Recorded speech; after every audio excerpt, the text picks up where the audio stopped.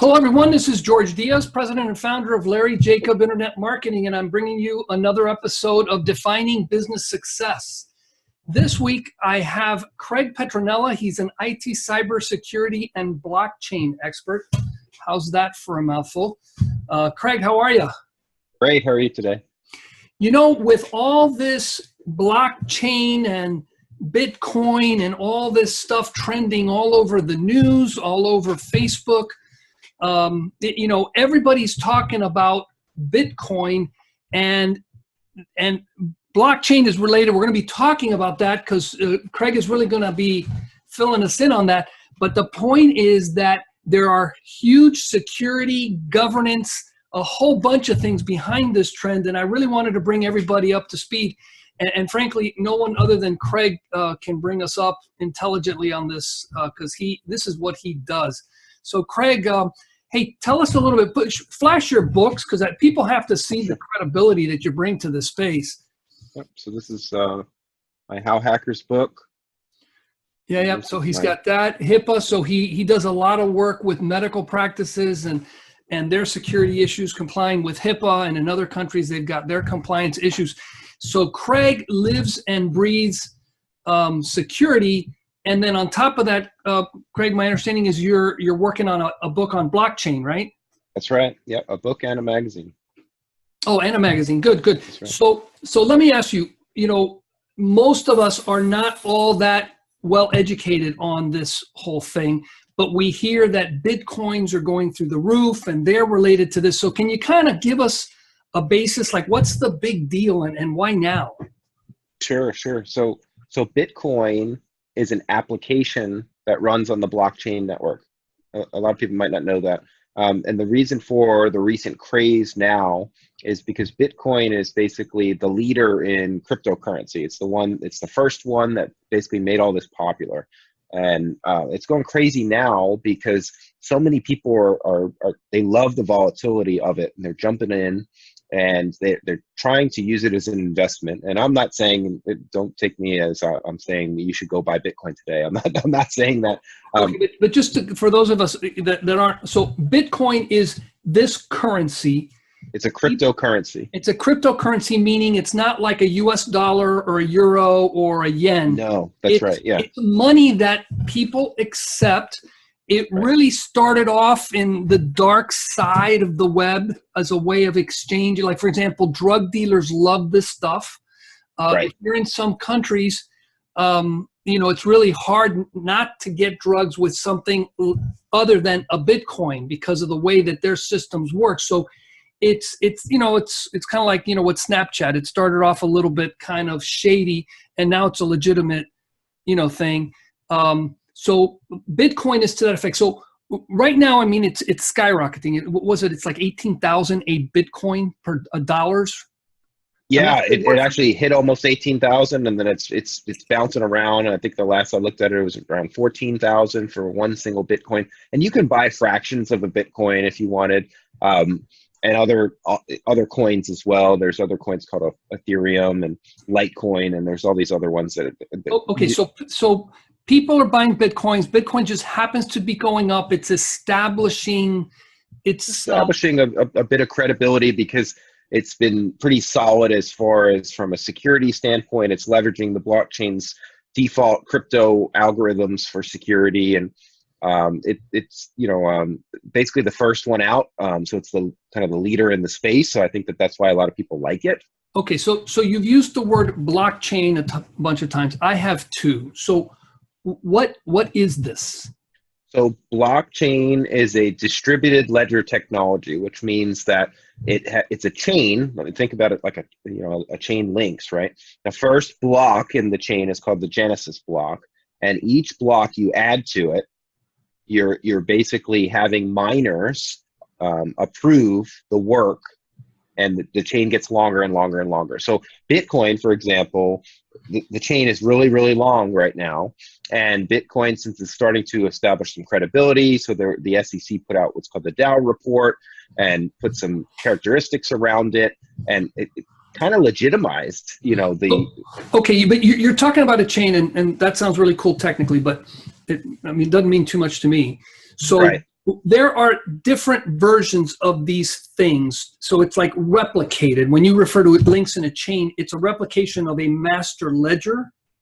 That's right. Yeah. So it's a distributed ledger that nobody can change, and it's protected by cryptography. So basically, the way that it works is when you go on the exchange and you buy a Bitcoin or a fraction of a Bitcoin right now, what happens is that transaction goes through wherever you bought it from, and then it has to get authorized and approved. So what happens is it goes across all the nodes, which are computers that the miners have invested thousands of dollars in to basically do advanced cryptography to solve complex problems to prove the transaction and basically solve the block of the chain, okay? And so, make the chain longer and longer. So George bought himself a Bitcoin, and it legitimizes the fact that that really is a Bitcoin. And if I have the password or whatever the credentials are that says I own it, then I can spend it. So it verifies that you're the one, your address is the one that bought it, and then that you can spend it, and then it goes in what's called your wallet. And there are software wallets or online wallets as well as hardware wallets. Okay. So in the past, before there was this chain, if I went to the ATM machine and pulled money out, my bank balance was legitimized by a bank or PayPal. So you're trusting, so if you use the bank, ATM example, you're trusting, let's just say you use Bank of America.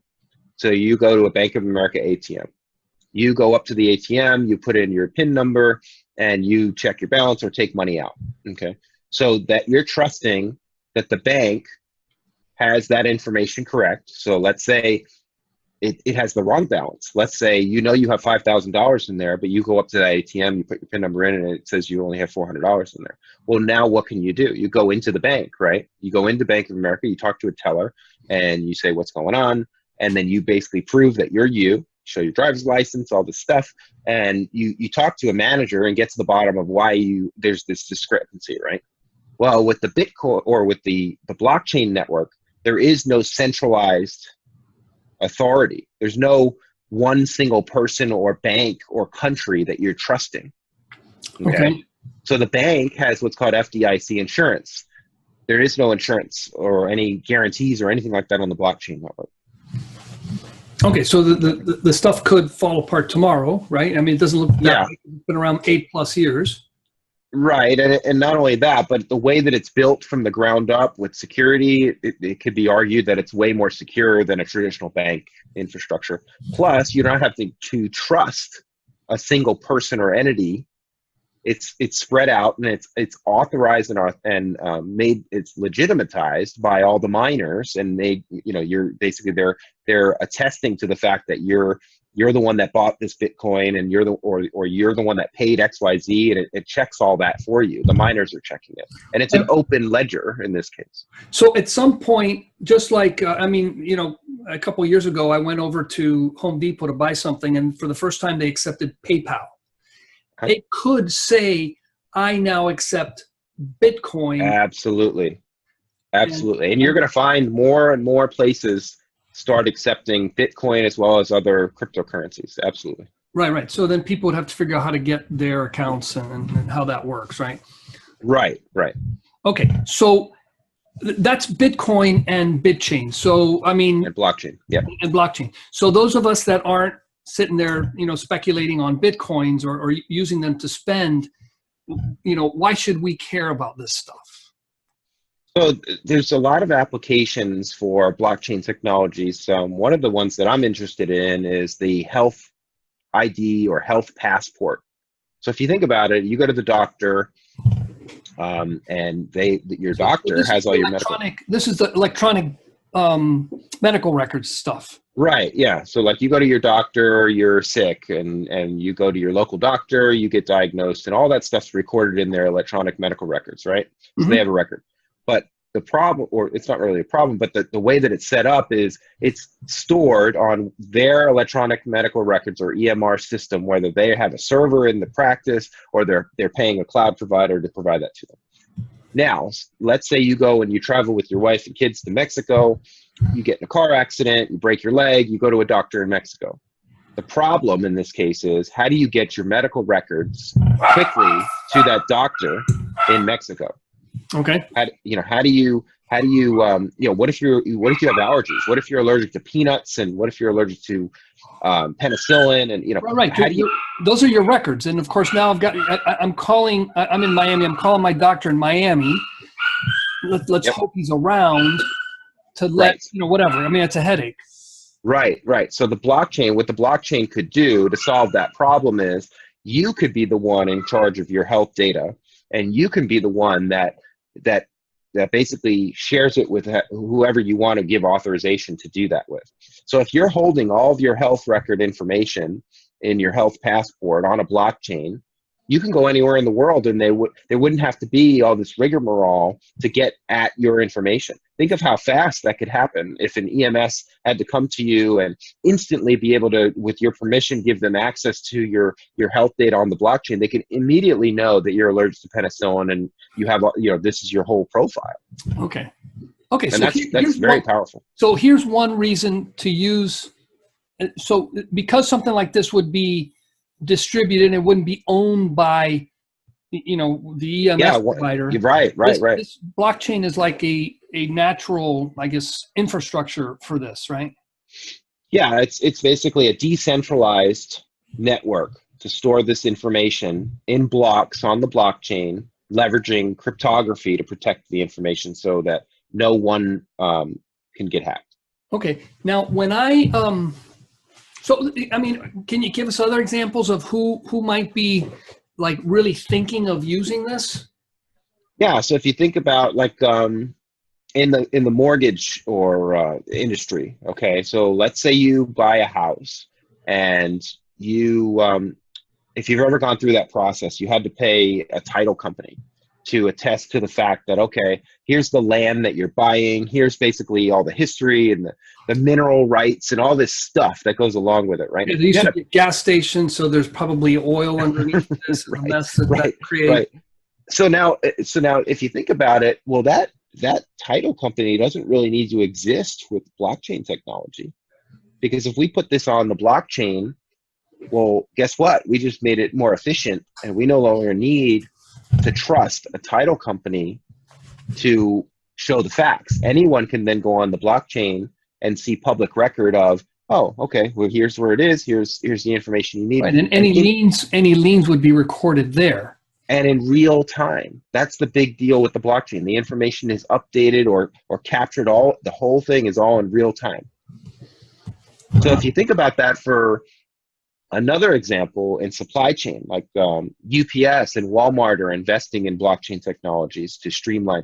Because if you think about it, do you remember back just like 10, 15 years ago, there used to be like in insurance, there would be your computer system would like dial out through a modem and pull and get updates and then download all those updates and apply them. Well, that polling is common in supply chain. So like maybe like pricing changes or inventory changes and all this stuff. If all that stuff is on a blockchain, it's all up to date in real time. There is no polling anymore. There's no manual process. It's all there. So it's like I have a database and I'm just doing a pull, and the pull is whatever is current.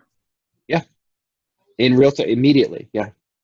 There's no one person, no one company, no one entity to verify and create and pull that information. It's all there already on the blockchain. Okay, so now I'm a hacker, and I mean, we've seen enough hacks, and I'm sure in your book you've got a ton of those. What tells me that this thing can't be figured out? So good question. So the blockchain right now runs on and is protected on cryptography. So like SHA-256, for example, is the encryption algorithm commonly protecting a blockchain. Well, one of the concerns that I had when I was first doing research for my book on this, and I reached out to Bruce Shiner on this because he's a crypto expert, I was concerned that this whole blockchain was secured by one central encryption standard. Well, what if the hackers were able to figure out a way to break the encryption? So basically, if you do the research and you get into it, it's unlikely that would happen because it would just take such high computing to be able to do that. the hackers are looking for the low-hanging fruit. So the hackers are going to go after, instead of the code on the blockchain or the way that the blockchain is configured, which has a lot of security mechanisms by default, they're going to go after that low-hanging fruit of, well, humans are simple in nature. They can't really record passwords very well. So maybe George is using the same password on his blockchain to protect the wallet that he's storing his. But okay, so that means that they can get at George's data. My bigger concern security-wise would be, like, for example, if I went, let's go back to your Bank of America. Mm-hmm. If you get some rogue, computer guy, right? He could pick up credit cards and he could get at money at Bank of America. As a matter of fact, I remember I used to work for KPMG Consulting, and I was in a car loan servicing group, and the security standards were pretty scary, and someone could cherry pick money or discount someone's loan amount. I mean, I know, because that was one of the issues.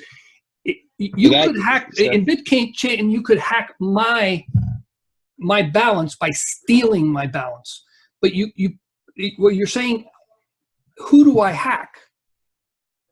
So good question. So basically, the hackers are going to go after the low-hanging fruit, and they're going to hack the individual with the weak password or some lack of security or good cyber hygiene. They only get to me then, and whatever. That's right. But they're not going to go after the whole chain because it's too complex. They're going to go after. And I was talking to an attorney about this last week, about what's called an initial coin offering, or an ICO. An ICO is basically what's the term? ICO, initial coin offering. COIN? ICO. Yeah, I like indigo, C like Charlie, O like orange. ICO. And the middle is coin? Coin, yeah. Initial coin offering.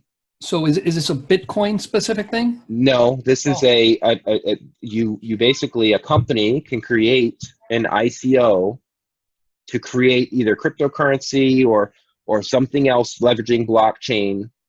It could have like value to it, like Bitcoin. It could be like a Bitcoin alternative, or it can have a function. Okay, but companies, lots of them are creating these ICOs. Okay, on a daily basis now, because this is so popular. But to do what? So it could be a piece of what's called a smart contract, or it could be to compete with Bitcoin. So like, one of the problems with Bitcoin is that the transaction times are taking really long time, and the transaction fees to have the miners be able to approve the work, it's taking a lot of electricity and a lot of time and a lot of complex hardware for them to solve these problems, these complex computations from the crypto. So other coins are being created to solve that. So now it's like Visa, MasterCard. Yeah, it could be an alternative. Yeah, so one function could be an alternative currency. Another function could be to be used in a smart contract situation. But basically, what I'm getting at is, in the conversation I had with the attorney last week, one of the security problems that they had was his client, the one that wanted to create this ICO, did not use proper cybersecurity hygiene. They went and got a cheap web hosting company to host the website. So they went off on the cheap. They weren't educated to know that there were more expensive, more secure options available. Long story short, after they hosted, and the reason why they had to have a website and all this good stuff is because when you do an ICO, you have to have what's called a white paper, and you have to have a website that explains, so that you can get people to invest in this. So this company did all this on the cheap without proper security, and the hackers got wind of it, and they started looking at the low-hanging fruit. In this case, they knew that they can send a very focused phishing email with malware tied to it to one of the owners on the web page that's part of the C team. So there's one of the people that are from the entity. Yeah, so basically the hackers targeted one of the people that were creating this ICO, okay, one of the board members, so to speak, timed it in their email and was able to drop malware on their computer system, and basically hack them. And so they breached them, and the attorneys had to fight and take about a day to get it all reversed and all cleaned up. It was a mess. So my point is that there's good cybersecurity hygiene that needs to be followed in these situations to prevent you from getting wiped out. And so this, I mean, is what I'm hearing, is this like a crowdfunding sort of thing? Yeah, ICO is similar to like a crowdfunding. It's a way to make a lot of money in a short period of time for a company or it's like somebody. So you call it an ICO, but it's like an initial public offering. I'm going to put something on the stock market and see if people buy it. Kind of. It's called ICO though because it's a coin on the crypto. Gotcha. So, yeah. Go figure. So you're kind of in the know on everything bit chain related, I guess. Huh? Blockchain, yeah. Blockchain, man. I'm sorry. So, man. So I mean, from what we were talking before, I know that, I mean, you've got your book coming out. And you have, I mean, how else can people, I mean, I know you've got your magazine, you mentioned that. And yeah, I created this, so I started doing the research for the book, and I'm getting deep into it, and I'm finding that this stuff is just changing so fast that a book is not going to be the proper medium because in 3 months or shorter, it's going to be out of date already. So I need to complement it with, a digital magazine to tie with it. So that's why I'm weaving through the digital magazine component, because then I'm in the know. Every day I can update the information and change it. And then along with that, I'm creating an inner circle. Okay, right. And I was looking at your notes in your what you sent me here. So you've got an inner circle, and in here you guys are going to be talking about. And I'm sorry. I guess I should have probably prepped a little bit better. So things on the internet. Well, for example, who needs this kind of stuff? I mean, I'm not sitting around going, man, I need to join an inner circle for blockchain. That's not my space. Who cares about this stuff? So executives, C-levels, attorneys, companies that are looking to leverage blockchain technologies to see if they can streamline and make more efficient their operations, leverage the security of blockchain technologies. Okay, so you mentioned like UPS and FedEx are investing in this. Yep. So if I'm a CEO there or middle manager, somebody there wants to stay up on this stuff that can't stay current in your book because it changes so fast. That's right. Okay, so those are some of those people. Now you talk about attorneys. Are these more like internal, the guys internal to company, inside counsel? Well, these would be attorneys that are fluent with blockchain technology. So maybe you're a company that sees a problem that can be solved with blockchain technologies and you would like to explore that. This would be a good inner circle to join for that, to not only know the latest and greatest, but also to discuss with the panel and get connected with experts that can help maybe create an ICO to help fund your project, get legal counsel, etc. So how to learn about all these things? I mean, because you're kind of going, I mean, even over my head, I'm sure a lot of people that are listening are maybe similar to that. So now let me ask you, so what about, I mean, I'm sure the government doesn't like this stuff, right? Well, so it depends. The government has good applications for some of this, and the government could leverage blockchain technologies to certainly make things more secure and streamline operations. So I think the government might, they're kind of going through regulations and governance in regards to the crypto side, the cryptocurrency piece. Okay, on the currency side. So I'm like, head of the IT department somewhere. I mean, is this something that they can learn from? Yeah, absolutely. Because, the blockchain, there could be private blockchains that are just for the company, internal use, not public. And then there's public blockchains. So there's different types of ways to use blockchain technologies in a company that can certainly help streamline things or make them more secure. Yeah, I mean, this reminds me of, like when the internet had just come out, in the 90s. I guess. Yeah, this is big. This is a really big deal. We're in the infancy stage right now. It's changing so rapidly, but fast forward just maybe 3 to 5 years, and it's going to be a whole new world. So this, I mean, it's almost, the internet, that's going way back. Maybe if we go back 10 years, it was when cloud computing was going, and now, cloud is like, everybody's got it, right? So this is something that's that This is huge. This is something that's that big. Right, right. I mean, I guess enough for you to think that, you know, it needs to, you know, you can put together an inner circle and have a bunch of people join this. And just look at the headlines too. I mean, look at Equifax. So Equifax was hacked. You know, we all thought, the world, that Equifax was a trusted company that was securing our credit data. And, you know, they were supposedly a trusted company that could be, you know, praised for their security. And then look what happened. They had, you know, they didn't even do the basics of encryption. You know, so had we had a blockchain storing the world's identity and credit history, we don't even need a company like Equifax anymore.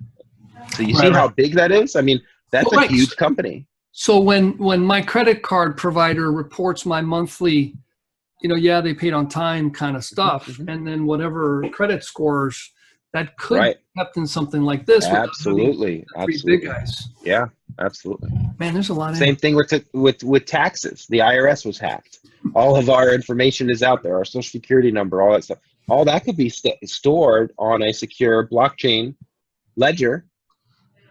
Yeah, and everything from police records to huge applications, and you know, criminal records, police records. Absolutely. So you know, so if I were to sign up for this thing, like what I'm just trying to get a feel for what would it feel like?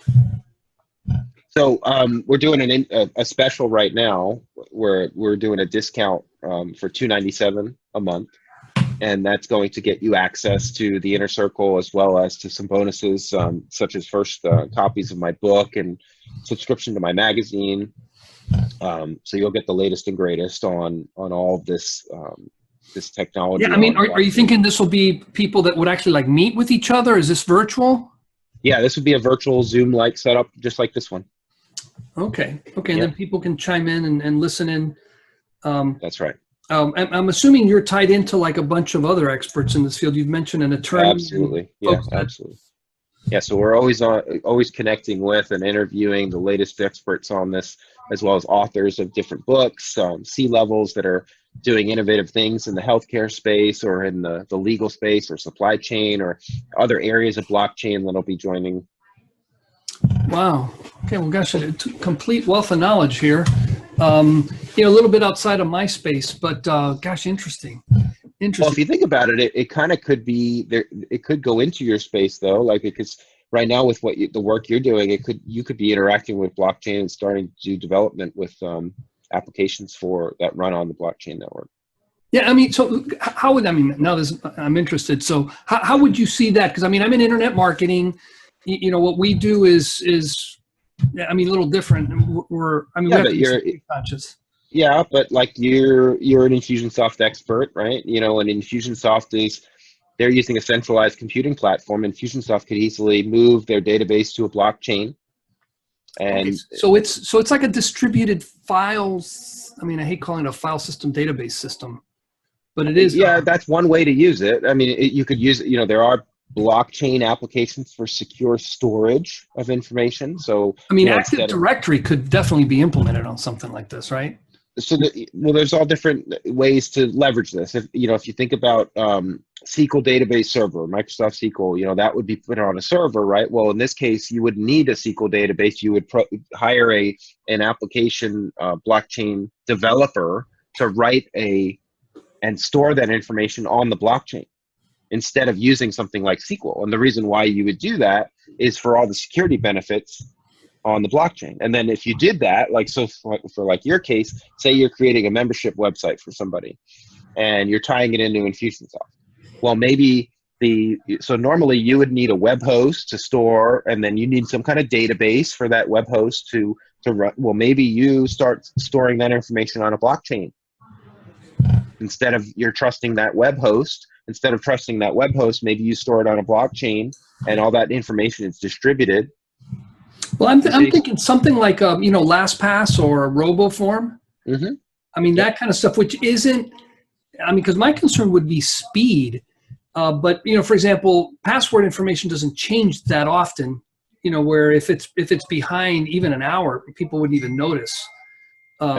So I see what you're saying. I mean, But there's all sorts of things. There's a lot of ID stuff going on with the blockchain. You know, how do we prove you're George, and beyond the password?